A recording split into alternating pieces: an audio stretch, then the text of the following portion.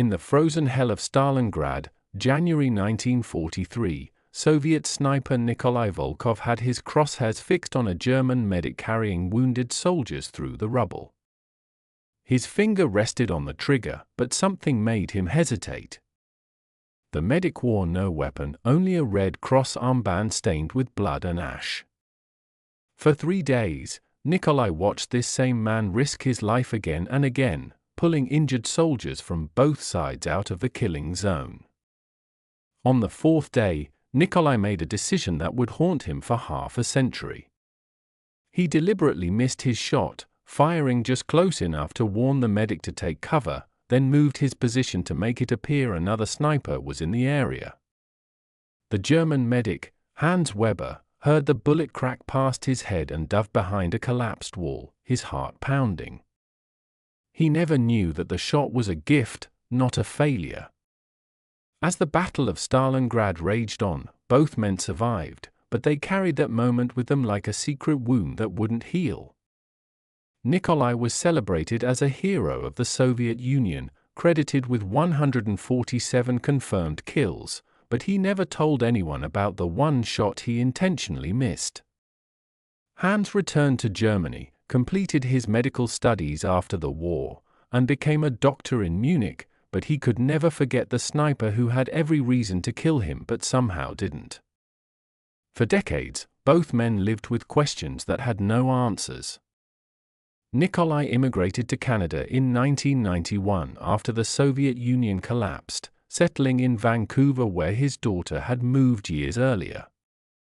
He was 71 years old, working part-time at a Russian bookstore, when he decided he could no longer live with the silence. In 1993, he wrote a letter to a German Veterans Association, describing in meticulous detail the location, the date, the circumstances, and asking if anyone knew of a medic who served in the 389th Infantry Division near the Barricade Factory district.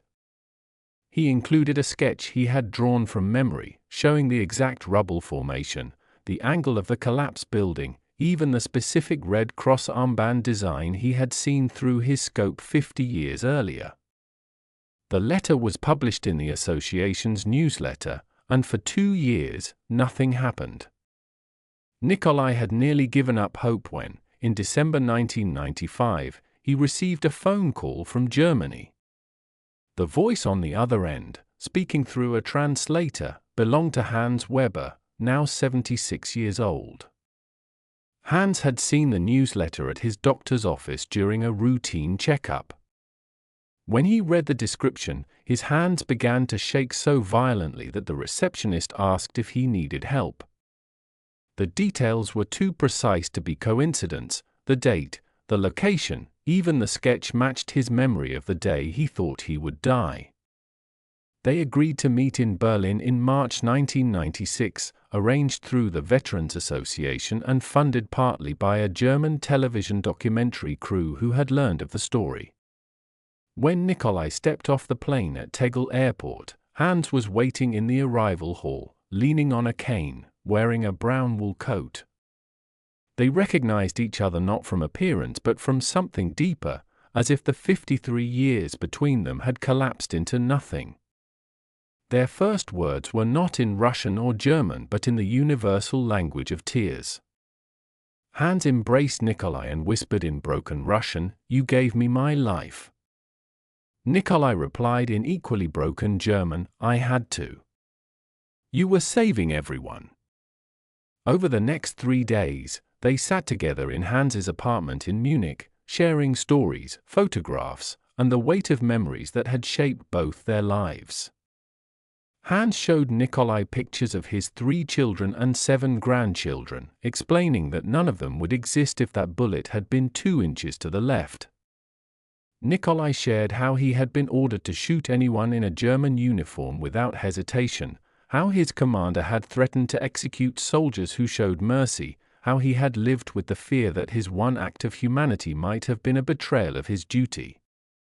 Hans explained that on that day in Stalingrad, he had already pulled 12 wounded men from the battlefield, 6 German and 6 Soviet, treating them all the same because to him they were just broken boys far from home. He had been exhausted, dehydrated, and resigned to dying, but something told him to try one more time. That was when Nikolai's bullet passed over his head. The documentary that filmed their reunion was broadcast across Germany and Russia, and their story spread through word of mouth, veterans groups, and eventually the early internet. They received letters from around the world, from children of soldiers, from historians, from people who simply needed to believe that humanity could survive even in war's darkest corners.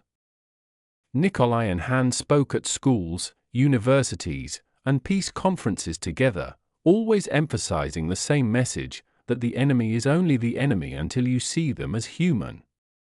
In 1998, they traveled together to Stalingrad, now called Volgograd, standing together at the Mamayev-Kurgan Memorial where the battle had claimed over 1 million lives.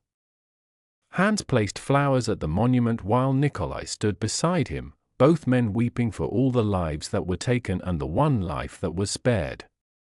They returned to that spot every year until Hans's health no longer allowed travel. In 2003, Hans suffered a stroke and Nikolai flew to Munich to be at his bedside. They held Hans in the hospital room, two old warriors who had become brothers, and Hans whispered, "Thank you for missing." Nikolai replied, "Thank you for making me miss." Hans died 3 weeks later at age 84, and Nikolai was given the honor of speaking at his funeral. He stood before Hans's family, friends, and former comrades and said, "I was trained to kill, but Hans taught me that mercy is the hardest shot to take and the only one that truly matters." Nikolai lived another 8 years, passing away in Vancouver in 2011 at age 91. At his request, he was buried with a photograph of Hans tucked into his jacket pocket and a letter Hans had written him in 1999 that read, "My dearest friend, you saved more than my life that day in Stalingrad. You saved my faith that goodness can exist even when the world is ending." Their story became the subject of books, academic studies, and a feature film released in 2015 titled The Shot Not Taken. But perhaps the most powerful legacy is the tradition started by their families, who gather every January in Berlin to commemorate the day two enemies chose humanity over hatred. Hans's grandson, now a philosophy professor, and Nikolai's granddaughter, a human rights lawyer, continue to speak publicly about their grandfather's story, reminding new generations that even in war, we never lose the power to choose compassion. The rifle Nikolai used in Stalingrad now sits in a museum in Moscow, displayed alongside the medic bag Hans carried, both objects representing a single moment when one man decided that saving a life, even an enemy's life, was more important than following orders. In the end, the story of Nikolai Volkov and Hans Weber is not about war or nations or ideologies. It is about two men who discovered that the truest victory is not in destroying your enemy but in recognizing their humanity and, in doing so, reclaiming your own.